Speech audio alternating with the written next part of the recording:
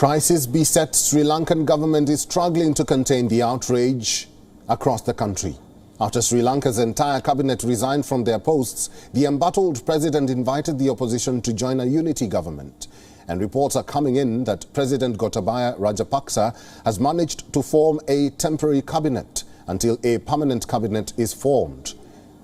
Peiris will serve as the foreign minister. Ali Sabri has been sworn in as the new finance minister.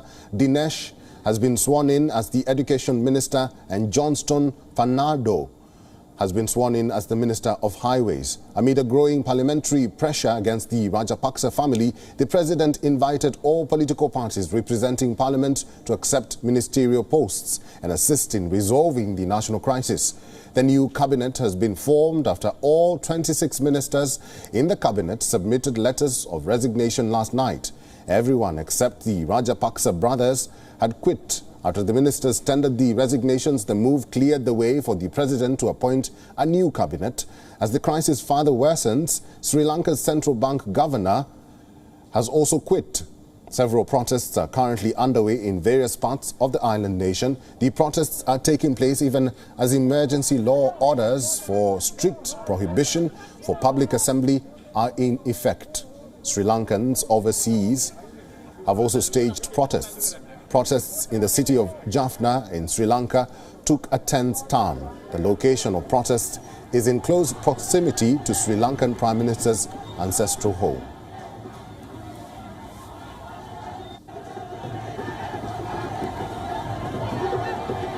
And for more on this, WION correspondent Dasunia Thaudas sent us this report.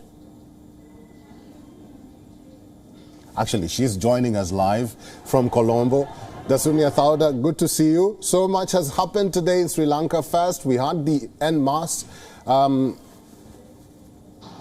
resignation, and now we have a temporary cabinet in place. Tell us more about that. And is there anything new happening in Colombo?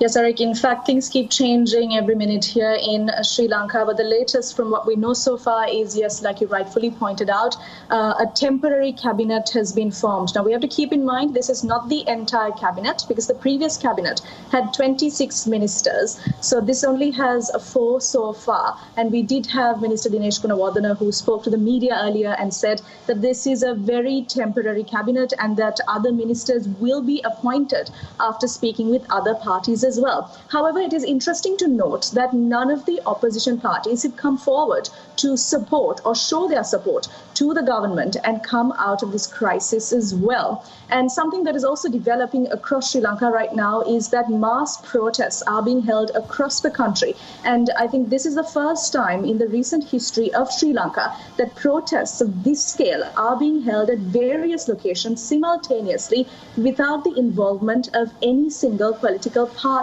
Just moments ago, we did get to know that police have fired tear gas in multiple locations, including that of the protest that was held at Carlton House in Tangol, which is in the south of Sri Lanka, which is also in close proximity to Prime Minister Mahinda Rajapaksa's ancestral home.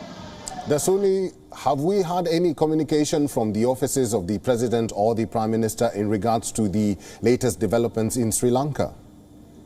Not yet. So the last official notice that the President's Media Division actually issued was the statement noting that the President is reaching out to all parties to figure out a solution and to come out of this crisis. So that came at around in the early afternoon hours here in Sri Lanka, and nothing else has sort of come out officially from the officers of the President or the Prime Minister. Lastly, Dasuni, now that the internet is back and the curfew has been lifted, what about the basic necessities? Are they still scarce and a problem? Well, as we speak right now, Sri Lanka is currently undergoing a 5-hour power cut across the country as well. But the focus has sort of shifted from people standing in queues to sort of going and joining in protests. Like I said, right now what's happening in Sri Lanka is that there are mass protests that are being staged. But however, this does not deter attention from the fact that a lot of commodities as well as fuel and gas are still in shortage here in the country. Live from Colombo, Dasunia Thauda, thank you very much for your insights today and for talking to us. WION is now available in your country. Download the app now and get all the news on the move.